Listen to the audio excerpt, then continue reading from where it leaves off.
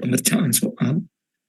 Namun demikian karena harus online, sehingga kita tidak bisa lakukan. Insya Allah nanti minggu depan ya, kalau kita bisa offline, kita akan langsung kerjakan bersama-sama untuk bisa sehingga kalian semuanya nanti bisa jelas bagaimana sesungguhnya, dan nanti tentu saja kalau berdasarkan pengerjaan soal-soal itu nanti ada beberapa di aplikasi, ya aplikasi itu kita jadi lebih paham sesungguhnya kalau kita melakukan apa itu proses pengendapan itu berarti harus begini-begini dan seterusnya ya. Nah cuman karena kita harus online hari ini sehingga kita tunda untuk pembahasan tentang apa itu pengerjaan soal-soal yang sudah Anda kerjakan bersama itu. Nah untuk hari ini kita akan membahas masih terkait dengan proses pengendapan. Ya. Sudah kelihatan belum untuk tayangannya? Sudah Pak? Sudah ya. Nah, prosesnya adalah proses yang disebut dengan proses flokkulasi dan koagulasi. Ya. Nah, ini proses flokkulasi dan proses koagulasi. Kalau kemarin kita itu berbicara tentang pengendapan, maka pengendapan itu adalah prosesnya begitu terbentuk, kan? Begitu terbentuk, maka relatif kemudian terjadi proses pengendapan, proses penurunan materi padat di dalam cairan, kemudian dia akan terpisah.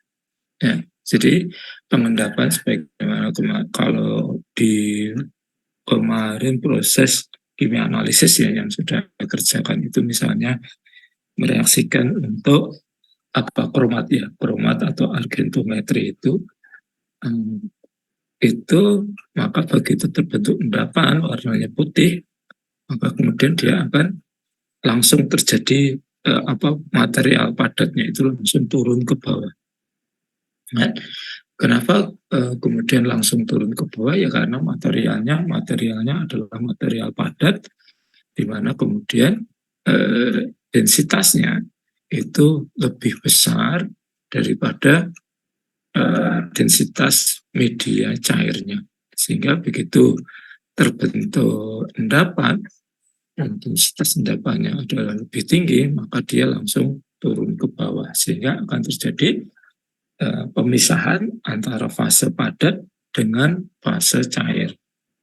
Ya, itu proses pengendapan. Nah, sekarang kasusnya adalah ada dua fase yaitu fase cair dan fase padat di dalam suatu campuran. Ya, jadi dalam suatu sistem campuran itu ada dua fase, padat dan cair. Tapi kenyataannya itu fase padatnya itu tidak segera turun ke bawah. Itu, ya. Jadi fase padat yang ada di dalam sistem campuran tadi itu tidak segera turun ke bawah. Sehingga tidak kemudian ini tidak langsung terjadi pemisahan antara padat dengan cairnya, fase cairnya. Ya. Nah, ini bisa terjadi karena apa? Adalah karena densitas antara padat dan fase padat dengan fase cair itu relatif sama. Terus kenapa kok padat itu relatif ukurannya apa kok relatif? Relatif densitasnya itu sama. Nah, karena nanti kalau kita lihat secara kasat mata, itu yang terjadi adalah karena ukuran dari fase padatnya itu tadi adalah sangat kecil, kan? Sangat kecil, sehingga kalau itu hanya dibiarkan gitu, ya, maka dia tidak akan terjadi proses pengendapan.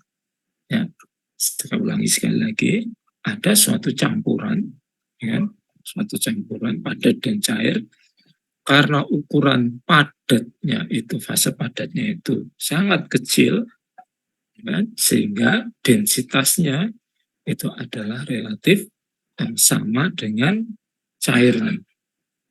Nah, ketika densitasnya itu relatif sama, maka hampir bisa dikatakan itu tidak terjadi proses penurunan padatan tadi ke bawah, atau biasa kita menyebut sebagai pengendapan. Nah, kalau terjadi seperti ini, maka tentu saja kita tidak bisa langsung melakukan proses pemisahan secara mudah. Nah, itulah kasusnya. Nah, ini sistem seperti ini apa sih? Nah, biasanya sistem seperti ini itu orang menyebut sebagai sistem koloid. Ya, sistem koloid. Koloid untuk fase cair dan padat. Ya. Nah, meskipun nanti kalau kita belajar sistem koloid itu tidak hanya cair dan padat saja, kan cair dan gas itu juga bisa disebut sebagai sistem koloid. Nanti kalau kita belajar lebih dalam lagi, tapi kita fokus ke masalah sistemnya adalah padat dan cair di dalam mata kuliah ini. Nah, terus bagaimana? Nah, kasusnya seperti itu. Ya kan? Kasusnya seperti itu, ada dua fase padat cair, tapi kemudian tidak segera turun ke bawah. Sehingga kita harus melakukan usaha-usaha agar kemudian antara fase padat dan cair ini bisa dipisahkan. Nah, kalau fasenya itu adalah koloid, maka ini karena ukuran partikelnya juga sangat kecil, maka kita juga tidak bisa hanya melakukan dengan penyaringan sistem biasa. Ya, apalagi kalau hanya pakai kertas saring, itu dijamin nggak akan bisa. Nah, nanti kalau penyaringan nanti harus pakai filtrasi yang levelnya itu ukuran Fourier-nya sangat tinggi. Dan nanti kita belajar juga itu nanti setelah materi berikutnya ini. Itu ya. Nah, jadi kalau nanti fasenya adalah fase koloid, maka kita kalau langsung disaring secara biasa itu tidak bisa. Nah, sehingga kita harus melakukan usaha-usaha agar fase cair dan fase padat itu bisa dipisahkan, maka dilakukanlah proses yang disebut sebagai flokulasi dan koagulasi. Gitu ya, latar belakangnya adalah karena ada fase koloid di mana tidak bisa dipisahkan secara biasa, maka agar bisa dilakukan proses pemisahan secara biasa, dilakukan proses yang disebut sebagai proses flokulasi dan koagulasi. Nah, oke, itu seperti itu ceritanya tentang mata kuliah flokulasi dan koagulasi ini. Oke, kita masuk ke stabilan suspensi. Ya. Padatan tersuspensi yang terdiri dari partikel tersuspensi biasa dan partikel koloid. Ya. Punya ukuran nih. Karena ukurannya itu adalah 1/1000 meter atau 1 mikron sampai dengan 1/1000 meter, ya, 0,1 sentimeter atau 1 mili. Nah, partikel padatan dalam air baku sebagian besar bermuatan listrik negatif. Partikel ini cenderung untuk saling tolak-menolak satu sama lain sehingga tetap stabil dalam bentuk tersuspensi. Nah, ini nanti kita jelaskan ya. Jadi sistem suspensi atau koloid tadi adalah nanti karena ukuran kecil tadi, maka dia sulit sekali untuk turun ke bawah. Dan kenapa juga tidak terjadi penggabungan antar partikel tadi dan tetap dalam sistem tadi, itu adalah adanya muatan listrik yang sama di antara partikel-partikel padatan tadi. Sehingga karena muatan listriknya sama, sehingga kecenderungannya adalah tolak-menolak, tidak menggabung, sehingga pada akhirnya sistem suspensi atau sistem kolloid tadi itu adalah tetap tidak terjadi pemisahan antara padatan dengan cairan. Kemudian dilakukan ada proses yang disebut sebagai destabilisasi suspensi. Jadi karena tadi itu stabil sistem suspensi tadi, maka supaya sistem tadi itu tidak stabil, maka dilakukan proses yang disebut destabilisasi. Kestabilan padatan tersuspensi dapat dikurangi dengan proses koagulasi. Proses destabilisasi melalui penambahan koagulan dengan muatan berlawanan. Terjadi muatan pada partikel menyebabkan antar partikel yang berlawanan cenderung bergabung membentuk intifloc. Jadi gambarannya seperti ini. Oke, ini ya. Aduh,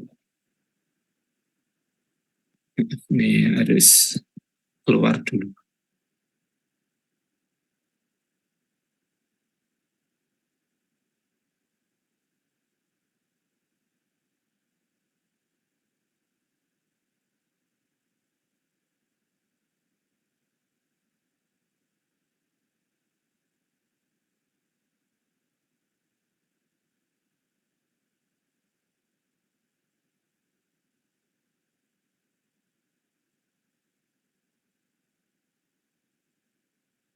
Nah, katakanlah ini adalah yang bulat biru ini adalah partikel suspensi tadi, ya, sistem suspensi.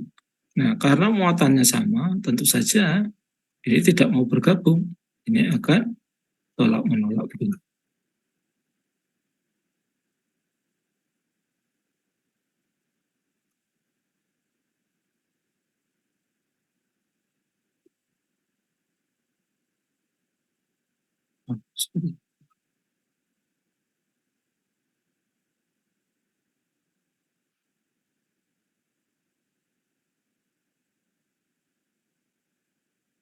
Nah, akan tolak menolak begini. Karena apa? Karena muatannya adalah sama. Dia tidak bisa bergabung.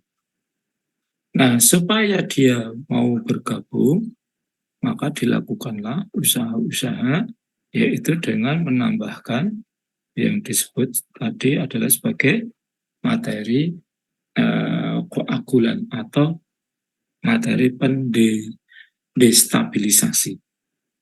Nah, kalau materi koagulan tentu saja harus yang berlawanan dengan ini, okay?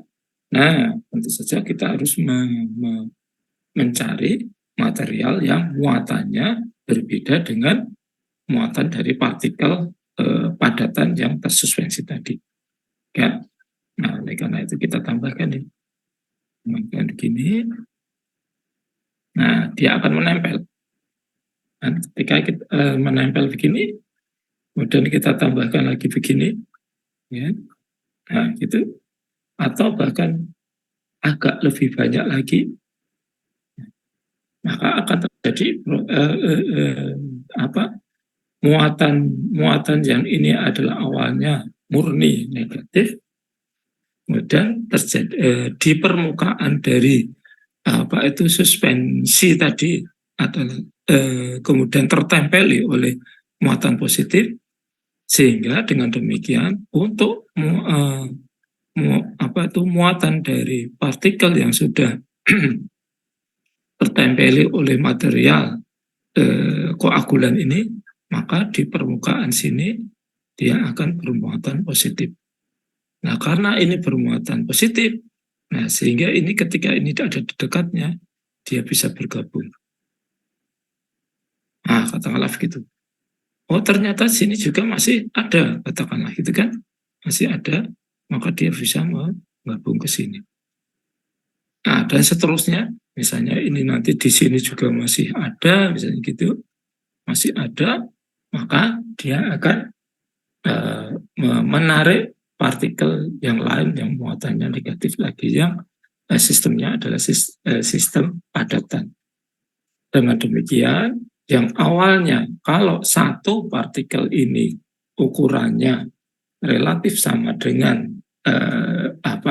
sangat kecil ya, tadi antara 1 mikron sampai dengan 1 milimeter, maka kemudian kalau katakanlah 1 mikron, maka eh, menjadi ukurannya lebih besar. Karena apa? Karena menempelnya banyak partikel-partikel tadi. Nah, karena ukurannya ini menjadi lebih besar, kan, maka dia nantinya yang awalnya itu adalah tidak mengendap, maka dia kemudian menjadi bisa mengendap. Nah, gitu ya. Jadi proses uh, flokulasi koagulasi itu adalah seperti itu. Nah, mana yang kemudian proses koagulan flokulan nanti ada di bawah ya. Oke. Jadi seperti itu fenomena proses flokulasi dan koagulasi. Ya. Nah itu. Nah ini juga sehingga pemilihan material ini juga menjadi sangat penting. Ya, menjadi sangat penting. Jangan sampai kemudian kita nambahkan, ya kan, dari yang awalnya itu sudah bermuatan negatif, gitu, ya, bermuatan negatif, dan ini juga nggak mau bergabung karena tolak menolak, kemudian ditambahkan koagulan yang kemudian juga muatannya negatif. Nah tentu saja nggak mau dia nempel di sini, nggak mau nempel di permukaan karena dia muatannya sama, sehingga relatif tolak menolak lagi. Nah begitu ya. Nah itu sehingga ini dan ini nggak mau gabung, tolak menolak, apalagi ini dengan ini, ya. Nah itu sehingga pemilihan dari material apa itu koagulan ini menjadi penting. Oke, sampai sini dulu. Ada pertanyaan? Belum ada, Pak. Oh ya. Nah, terus kemudian fenomenanya terjadi lagi bagaimana? Nah, tentu saja karena ya kalau kita gambarkan secara ini ya, misalnya begini, awalnya ini hanya penambahan begini, penambahan jumlah koagulannya sedikit. Maka yang terjadi kalau jumlahnya sedikit, penggabungan antara partikel padatan ini juga tidak akan besar. Ya, karena begitu. Nah, kalau hanya jumlah, misalnya dalam gambaran ini hanya jumlahnya 1, tentu yang gabung itu ya hanya menjadi 2 begini. Ya. Nah, tentu saja kalau nanti ditambahkan menjadi lebih banyak lagi, misalnya 3 begitu, 2, 2, maka di sini juga akan tergabung. Dan kalau jumlahnya sedikit gini, ya, karena ikatan antara partikel ini dengan partikel ini itu relatif sangat lemah, sangat lemah. Kenapa sangat lemah? Karena hanya diikat oleh satu partikel koagulan. Nah, meskipun ukurannya sudah cukup besar, nah ini tidak akan cukup kuat, sehingga nanti begitu ada gerakan fisik yang mengenai sistem ini, maka sistem ini kemudian bisa lepas lagi. Itu. Nah, sehingga nanti kalau kita lihat penambahan jumlah koagulan ini juga harus diperhitungkan. Tidak boleh terlalu sedikit. Nah, bagaimana kalau kemudian terlalu banyak? Nah, kalau terlalu banyak, fenomenanya seperti ini. Ketika partikel yang ditambahkan, partikel koagulannya, bahan koagulan, itu terlalu banyak seperti ini. Jadi awalnya itu sudah terbentuk ikatan-ikatan begini, katakanlah ya, misal untuk ikatan begini yang kemudian ini ikatan cukup kuat. Tapi kemudian kalau ditambahkan terus bahan koagulannya ini, maka akhirnya seluruh permukaan dari partikel padat tadi akan tertutupi oleh koagulannya.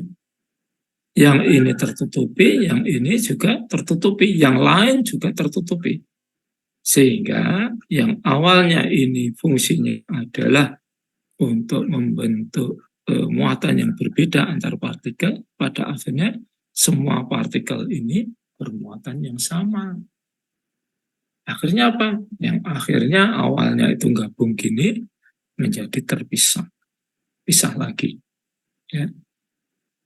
Nah, oleh karena itu dalam proses nanti, proses flokkulasi koagulasi, jumlah bahan koagulan itu harus dioptimasi, ya, dioptimasi. Terlalu sedikit juga kurang baik, terlalu banyak malah menjadikan sistemnya menjadi koloid lagi atau suspensi lagi. Oke, nah bagaimana caranya melakukan optimasi? Maka harus dilakukan uji dulu di lab. Berapa sih jumlah yang pas agar sistem suspensi tadi itu bisa optimal mengendap. Oke, jadi pengaturan jumlah koagulan itu menjadi penting. Oke, belum ada pertanyaan? Belum, baik. Kalau ada langsung bilang ya. Ya. Baik, kemudian nah ini proses flokkulasi koagulasi. Pada proses koagulasi, nah ini tentang caranya ya. Dilakukan pengadukan secara cepat. Nah, kalau kita lihat ini nanti untuk bisa dilakukan proses koagulasi yang baik, maka begitu ini dimasukkan sistemnya, atau kalau ada wadah, kemudian ini di mana sistemnya adalah sistem koloid begitu, atau suspensi, maka kemudian begitu ditambahkan bahan partikel koagulan,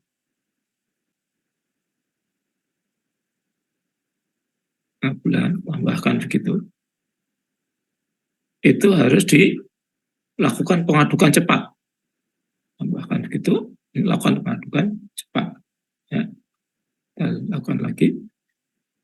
Dilakukan pengadukan secara cepat agar koagulan terdistribusi merata. Sehingga proses pembentukan inti flok dapat terjadi secara merata pula. Proses koagulasi selalu diikuti oleh proses flokkulasi. Proses flokkulasi adalah proses membuat inti flok, membentuk inti flok bergabung sehingga membentuk flok yang lebih besar. Proses flokkulasi berlangsung dengan pengadukan lambat agar campuran dapat membentuk flok-flok yang berukuran lebih besar dan dapat mengendap. Nah, ceritanya adalah ketika tadi penambahan bahan koagulan, maka itu lakukan pengadukannya itu cepat. Kenapa?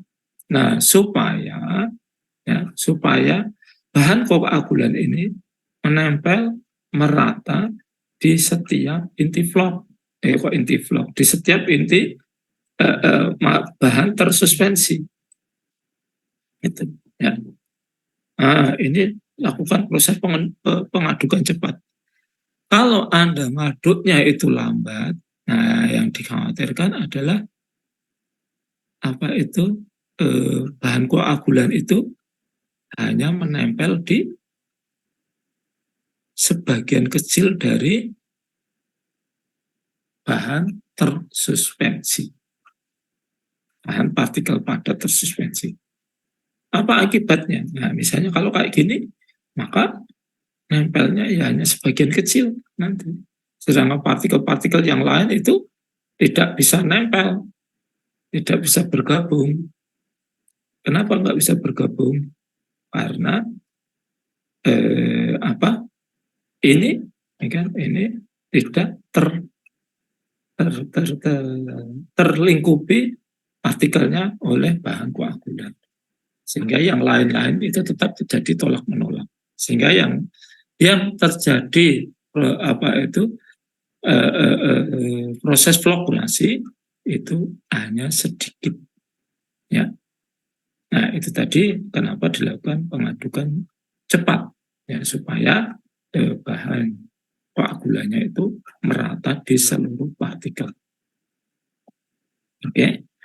Lalu kenapa? Nah, kemudian proses flokkulasi adalah proses pembentukan inti flok.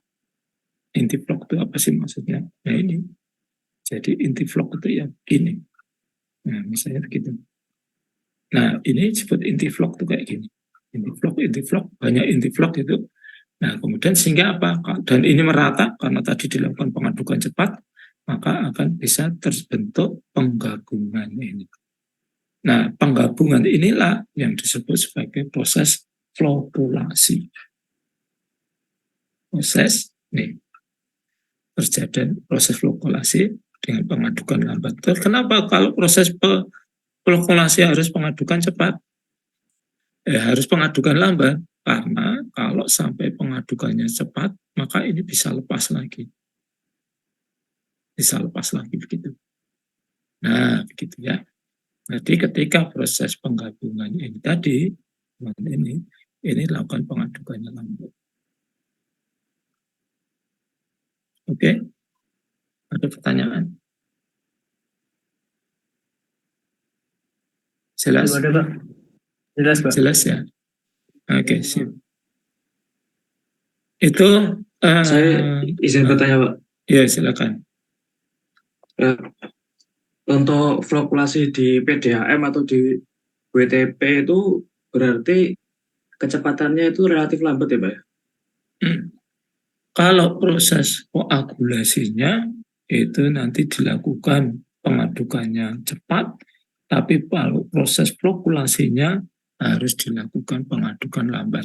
Nah, pengadukan lambat itu nanti juga strateginya bagaimana? Apakah kemudian kalau sistem kontinu, nah itu nanti harus dialirkan ke sistem yang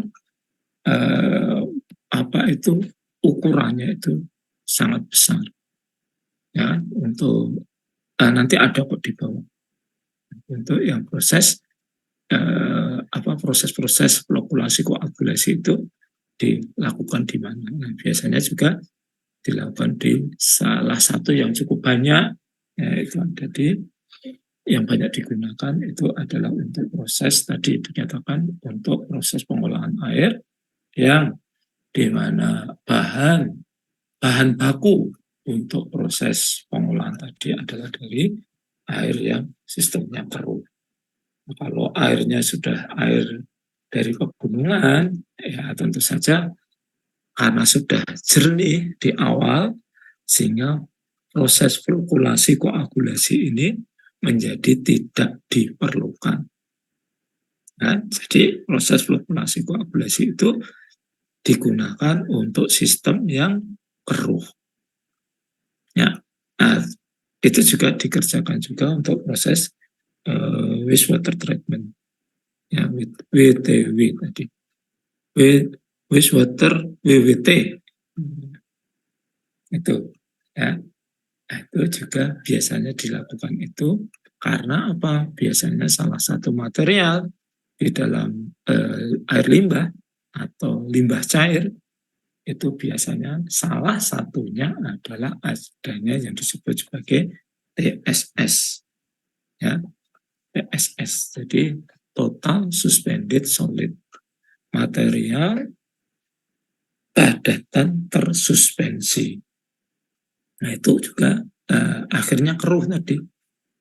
Nah, itulah. Oke? Tadi siapa yang bertanya? Saya Pak Dedi. Ada yang belum jelas? Saya izin bertanya, Pak. Ya. Silakan. Baik, Pak. Terima kasih. Kan proses flokkulasi dan koagulasi ini ya biasanya diterapkan pada proses sedimentasi, Pak. Nah, pada saat kan tangki sedimentasi kan juga ukurannya cukup besar ya Pak. Pada saat penambahan koagulan ini saat dilakukan pengadukan, nah biasanya kalau cara kita mengetahui kita akan masuk ke tahap flokulasi, yang mana kan koagulasi pengadukannya secara cepat, kemudian kita masuk ke proses flokulasi kan harus diaduk secara lambat. Nah, apakah dengan ukuran tangki yang besar tersebut kita bisa benar-benar tahu Pak bahwasanya kita sudah memasuki tahap flokulasi dan pengadukan akan kita lakukan secara lambat seperti itu Pak. Terus kemudian setelah proses flokulasi ini kan juga akan terjadi proses penggabungan partikel atau bisa dibilang mengendap. Nah, apakah kalau seumpama setelah pengadukan itu kita diamkan terlebih dahulu, itu apakah juga akan diperoleh hasil ukuran partikel yang lebih maksimal, Pak? Seperti itu. Terima kasih, Pak. Ya, proses pengadukan cepat dan lambat. Kelihatan. Nah, katakanlah ini keterangannya nggak kayak gini ya, keterangannya nggak kayak gini. Ya, ini saya hanya ngambil gambarnya aja untuk menjelaskan pertanyaan tadi. Jadi untuk pertanyaan apa itu proses flokulasi dan proses koagulasi, di mana tadi adalah pengadukan yang satu adalah cepat koagulasi, sedangkan yang flokulasi harus lambat. Maka cara yang dilakukan adalah jangan dilakukan di satu tempat, ya kan? Dilakukan jangan khususnya untuk sistem kontinu ya, sistem kontinu itu jangan dilakukan di tempat yang sama. Nah, kalau itu proses koagulasi,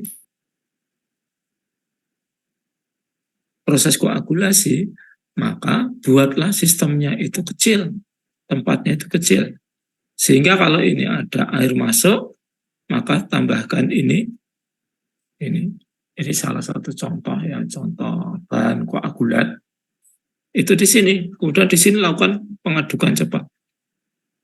Pengadukan cepat dan pengadukan itu juga jangan diartikan harus ada sistem pengaduk. Pakai pompa pun bisa nih. Ya. Pakai pompa pun bisa. Gimana caranya? Pengadukan kok dengan pompa. Nah, pompanya itu ini dialirkan memutar gitu. Nah, jadi pompanya itu masuk gitu. Ini dilakukan pemutaran di sini. Nah, maka antara koagulan dengan bahan keruh itu kemudian tercampur merata di sistem ini. Jadi ini input secara terus-menerus, ini juga nambah secara terus-menerus. Nah, baru setelah di sini itu sudah merata, maka kemudian sistem ini diumpankan ke tempat yang luas, yang lebih besar volumenya. Nah, ketika sistemnya itu lebih besar, ya, maka karena ini inputnya cepat, inputnya cepat, debitnya cepat, kemudian dialirkan ke ruang yang luas besar, maka tentu saja ketika ruangan ini besar, akhirnya kecepatan alirannya bukan debitnya, kecepatan linear. Jadi kalau debit itu kan kecepatan volume, misalnya liter per menit, itu kan volume, ya kan? Nah itu besar. Di sini juga sama sih debitnya, ini outputnya itu juga sama. Tapi karena ini di wadah yang besar, maka di sini pergerakannya untuk bisa keluar itu adalah lambat sekali. Nah, ketika di wadah atau di sistem ini yang besar, dan karena ini alirannya menjadi lambat, ya kan, lambat, maka di sini terjadi proses flokulasi. Flokulasi dengan aliran di sini itu makin ke sana, maka semakin ke sana itu ukuran partikelnya juga menjadi lebih besar, lebih maksimal. Nah, ketika lebih maksimal, lebih besar, maka yang keluar ini sudah tidak mengandung lagi bahan padatan. Nah, padatannya kemana? Padatannya dia turun ke sini. Nah, turun ke sini, ini nanti diputar nih. Ada sistem yang kemudian ini seperti apa itu? Ya pokoknya ini muter lah ya.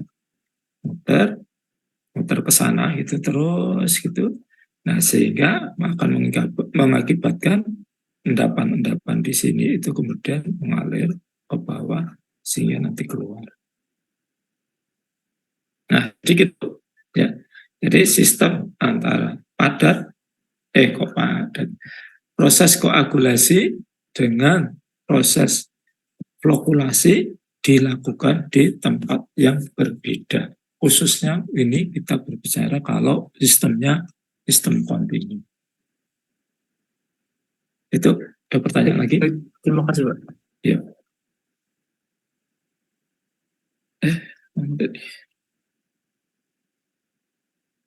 Ini ya, jadi ya, jelas ya. Oke, nanti ada yang disebut sebagai TSS, tadi sudah kami singgung, yaitu total suspended solid. Ini persamaan di lab ini, ya, persamaan di lab. Ya, jadi TSS adalah A minus B kali 1000 dibagi volume, di mana A adalah kalau disaring ya, ya berat kertas saring ditambah residu kering, residu itu A, dan B adalah hanya kertas saring saja. Ya, kemudian TSS adalah total padatan tersuspensi miligram per liter ini. V adalah volume uji mililiter. Nah, kenapa ini ada 1000? Ya supaya nanti ketemunya ini ya. Kenapa kali 1000 ya? Miligram per liter. Oh, ya, ya. Karena ini mililiter, ini miligram, supaya miligram per liter, maka harus dikalikan 1000. Tapi ini saya juga curiga, ini nggak cocok juga ini sebenarnya. Ya kan? Karena apa? Karena kalau yang ini, yang terbaca ini, berat, ini residu kering, ini pasti sudah apa? Sudah partikel yang ini ada tambahan berat dari koagulannya ini. Nah, udah nempel-nempel gini, yang ditimbang ini. Jadi padahal untuk TSS itu hanya ini saja mestinya. Nah, itu ya. Nah, sehingga gimana Pak? Nah, nanti ada alatnya sih sebenarnya untuk pengukuran TSS itu yang lebih akurat. Nah, itu ya. Jadi, tapi kalau hanya untuk pendekatan sih nggak masalah ya.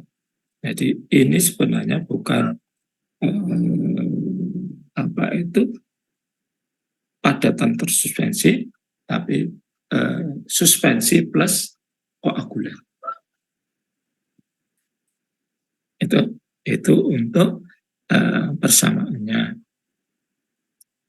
Terus, nah ini hanya penjelasan versi lain dari proses yang sudah saya jelaskan di sini tadi.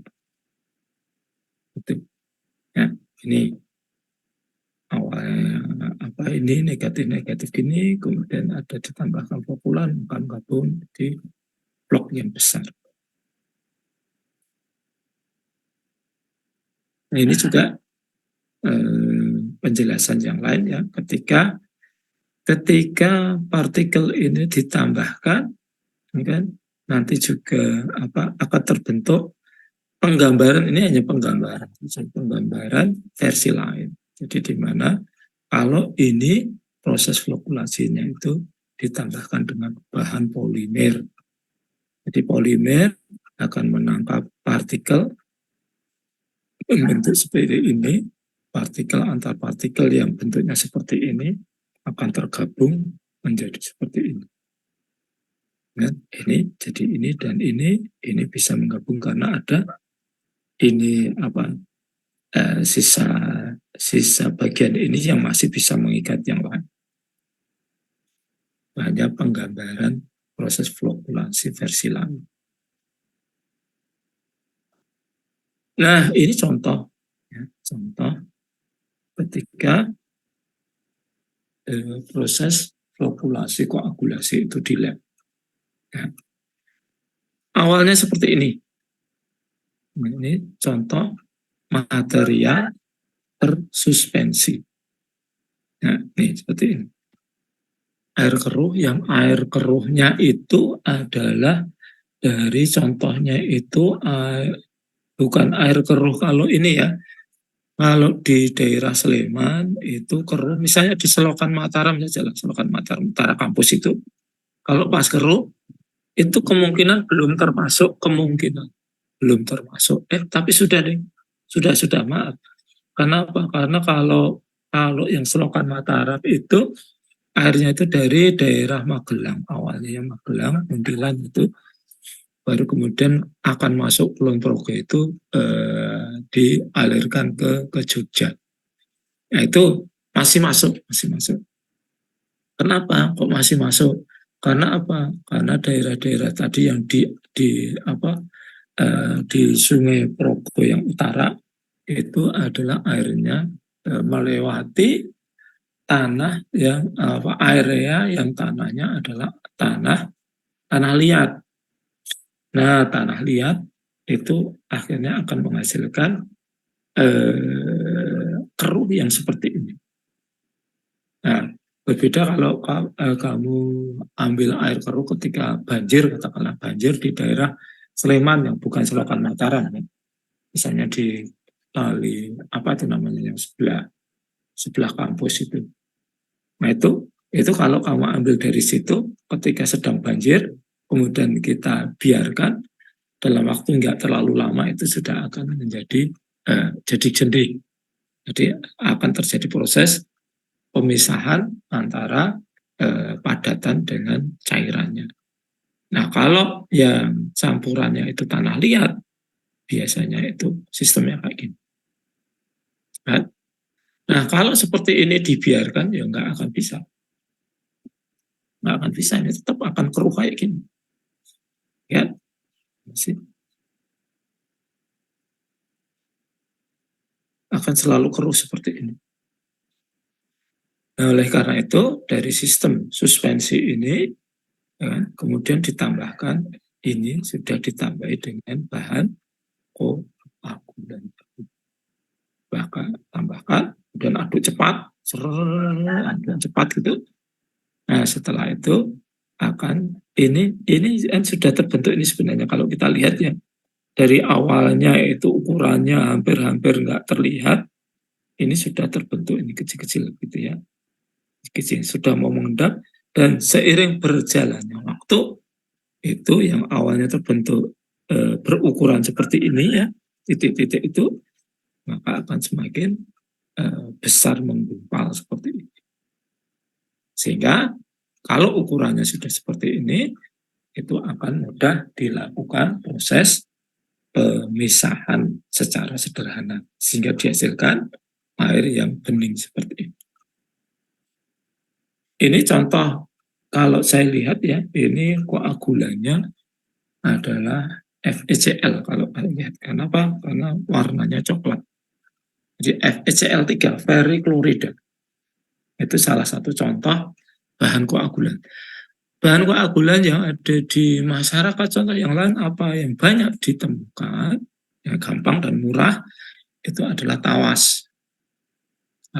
Tawas itu apa? Tinggal kamu apa itu masuk ke pasar aja, nanti tanya ada yang jual tawas nggak? Nanti akan pedagang-pedagang biasanya akan tunjukkan sana tuh yang jual tawas.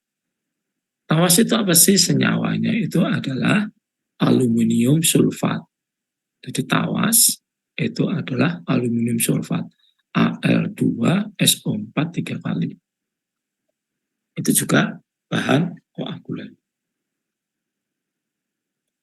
Itu, nah ini contoh kalau ini penggunaan polimer sebagai proses penjernihan air. Ya, penambahan flokulan ini pakai polimer untuk penjernihan air. Nah, seperti tadi yang kita ceritakan tadi, ya. Jadi bahan ditambahkan, dilakukan pengadukan cepat, kemudian dialirkan ke tempat yang ukurannya jauh lebih besar, sehingga nanti kecepatan liniernya itu menjadi kecil, ya kan? Maka terjadi karena kecepatan liniernya itu kecil, sehingga terjadi proses penurunan bahan yang terus sudah terfluktuasi tadi. Jadi mengendap, ini bisa dibuang, dan untuk proses berikutnya biasanya juga misalnya seperti ini tadi, ini juga belum bisa ini langsung dilakukan, digunakan untuk sehari-hari, ya. Nah, biasanya itu masih dilakukan proses-proses lanjutannya. Tapi secara garis besar, proses penjernihannya itu selesai di sini. Nah, kenapa masih ada proses berikutnya? Kalau ini ada proses filtrasi, sebenarnya ini aja. Ini langsung dikonsumsi, belum bisa nih. Hanya filtrasi. Filtrasi ini juga hanya untuk meyakinkan bahwa proses partikel padat itu yang kemungkinan masih terbawa di sini itu menjadi tereject. Sehingga air di sini itu, ini baru air bening ya. Baru air bening, belum air layak konsumsi. Nah, jadi proses ini hanya proses penjernihan air. Ya, nah gitu. Nah, kalau kita lihat di sini ada proses klorinasi. Ini kali ya ini cuma nggak ada keterangannya ini. Di sini ada klorinasi. Nah, kalau sudah ada klorinasi dan seterusnya, nah itu kemungkinan nanti sudah bisa layak konsumsi. Ini tadi sudah kita jelaskan ya. Ini kalau Anda main ke kalau di Jakarta itu namanya bukan PDAM-nya. Itu dulu. Karena apa? Kalau untuk di Jakarta itu proses pengolahan air itu dikuasai oleh swasta. Jadi kalau biasanya di dulu dan di daerah itu kan biasanya tadi disebut sebagai PDAM ya, perusahaan daerah air minum, jadi milik pemerintah. Tapi kalau di Jakarta itu sudah diberikan pengolahannya itu ke swasta. Ya kalau kita berbicara tentang hukum sebenarnya juga nggak boleh. Nggak boleh, kenapa kok nggak boleh? Nah, kalau kita merujuk ke Undang-Undang Dasar 45 itu kan ada penyebutannya bumi, air, cuman udara nggak ada ya. Bumi, air, dan kekayaan alam yang terkandung di dalamnya, di dalam air atau di dalam bumi, itu dikuasai oleh negara dan dimanfaatkan sebesar-besarnya untuk kemakmuran rakyat. Nah, itu coba lihat nanti di pasalnya, saya lupa itu. Sehingga seharusnya pengelolaan air, pengelolaan tambang itu nggak boleh itu oleh swasta. Nah, kalau merujuk di Undang-Undang Dasar 45. Nah, tapi itu biarin saja lah. Nah, nggak dibahas di sini. Oke, jadi itu air itu biasanya kalau kayak di Jakarta ya di Palija namanya. Palija itu apa singkatan, saya lupa. Dulu ada kakak kelas Anda itu yang kerja prakteknya di situ, dan kebetulan saya yang bimbing. Nah itu sistemnya begitu, dari air Kali Malang yang dari Bekasi atau mana itu ya, itu yang keruhnya minta ampun, ya, nah itu dimasukkan ke sistem, baru kemudian dilakukan proses ini. Dan ini kalau kita lihat nanti ukurannya besar sekali. Nah gitu, itu contoh untuk perusahaan air minum. Nah ini contoh. Ini contoh ini nggak di Indonesia tapi ini fotonya ya. Fotonya tidak di Indonesia. Nih, jadi yang tadi ini kalau di foto realnya itu seperti ini. Cukup. Ada pertanyaan? Materi ini Izin bertanya, Pak. sebenarnya, sebentar. Materi ini sebenarnya lanjutan ketika sudah pembahasan ngitung-ngitung. Gitu ya. Ngitung-ngitung yang PR itu sudah dikerjakan di depan, maka kemudian dilanjutkan ini. Jadi karena kita harus online, ya tidak bisa ya, mohon maaf. Gimana? Siapa tadi yang mau tanya? Michelle, Pak. Silakan Sel. Ya, saya izin bertanya yang tadi di dalam gelas beker itu, Pak. Hmm. Itu kan ada 3 yang tersuspensi ya, Pak. Itu TSS-nya akan sama atau berbeda, Pak? Ya, ini gitu tuh. Iya, kan Ya. total tersuspensinya sama, Pak. Cuma kalau dilihat kan seperti berbeda gitu. Ya, tentu saja sebenarnya kalau yang dirumus tadi ini A itu kertas saring plus residu kering. Nah, residu kering itu ini. Pertanyaannya coba kita logika. Apakah berat? Sebentar ya, saya buka pintu dulu. Bentar.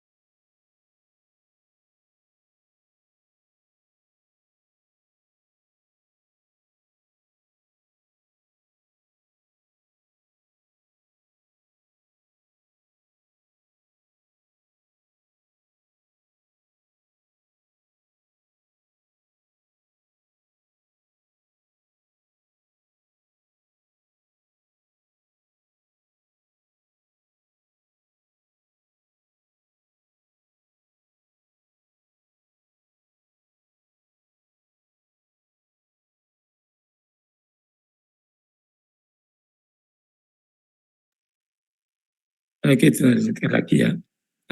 Apakah kemudian kalau kita lihat ya secara fisik, jadi kan rumus TSS kan ini di mana A adalah kertas saring ditambah dengan padatannya ini, ya kan? Sedangkan B adalah kertas saringnya saja. Nah, pertanyaan kalau kita lihat berat total ini apakah sama dengan berat yang kira-kira menurut kalian? Apakah sama dengan berat ini enggak? Sama enggak? Beda, Pak. Beda. Kenapa beda? Bedanya Kalau lebih dilihat yang ini lebih berat atau lebih ringan? Yang ini. lebih berat, Pak. Kenapa? Karena kalau disaring dia akan lebih banyak tersaring daripada yang pertama, Pak. Kalau ini tersaring semua, sama enggak? Misal tersaring semua, wes. Beda, Pak. Beda. Mana Karena lebih berat? terdapat koagulannya. Yang Ya, coklat atau yang putih? Yang lebih yang berat. coklat. Yang coklat. Kenapa? Udah tercampur dengan koagulannya. Iya.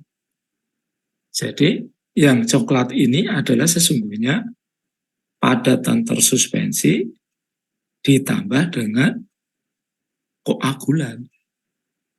Sehingga sesungguhnya ini bukan TSS ini. Karena TSS itu harusnya yang ini. Nah, gitu. Ya. Jadi ketika ini tersaring semua, misalnya dengan saringan yang memang sudah ukurannya itu bisa menyaring ini bahan tersuspensi ini, maka tentu berat ini itu akan lebih ringan daripada ini. Karena kalau ini pasti sudah ada tambahan dari FeCl3-nya tadi. Jadi yang ditimbang ini sesungguhnya adalah padatan tersuspensi ditambah dengan koagulannya. Oke, gitu misal. Oh, baik Pak, paham. Terima kasih Pak. Yuk, silakan. Ada yang lain? Izin bertanya, Pak. Ya, silakan. Siapa ini? Augie, Pak. Oh, silakan. Tadi di penjelasan Bapak yang mengenai gambar proses koagulasi-flokulasi, Mhm. di situ kan partikel solidnya itu bisa berikatan dengan beberapa partikel koagulan ya Pak. Hmm.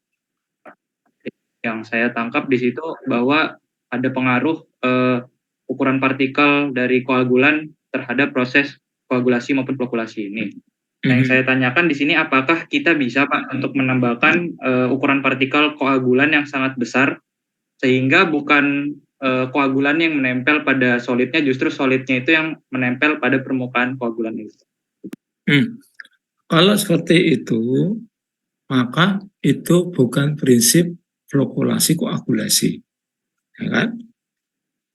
Nah, itu biasanya yang dilakukan nanti ada proses yang disebut sebagai proses adsorpsi. Ya. Jadi ada material tertentu itu dilakukan penjerapan, namanya penjerapan, sehingga dia menempel di material yang ukurannya memang sudah besar. Misalnya kalau itu nanti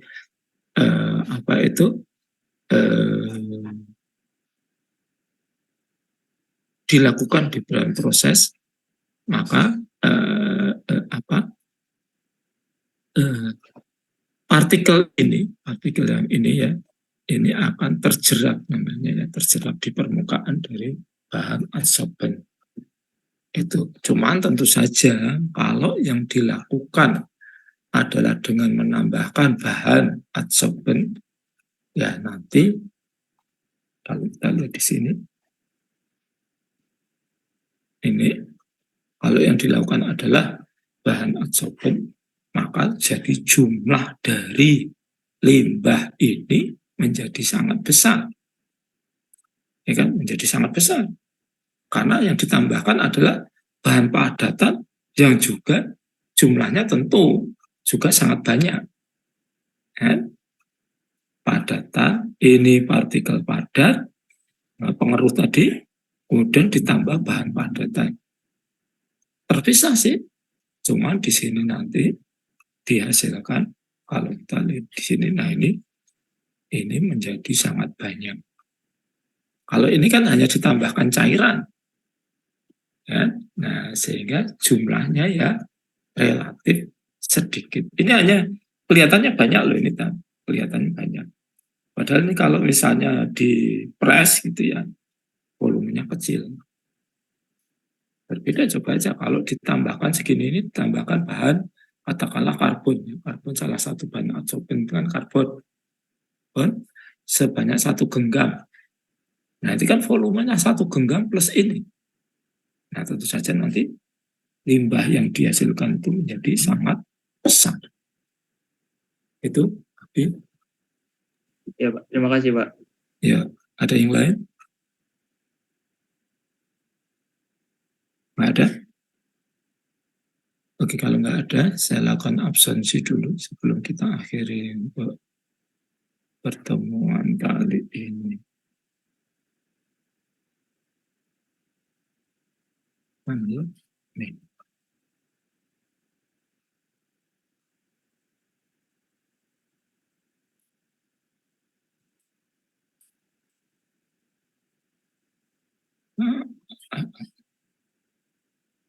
Oke, kita presensi aliran. Nggak ada?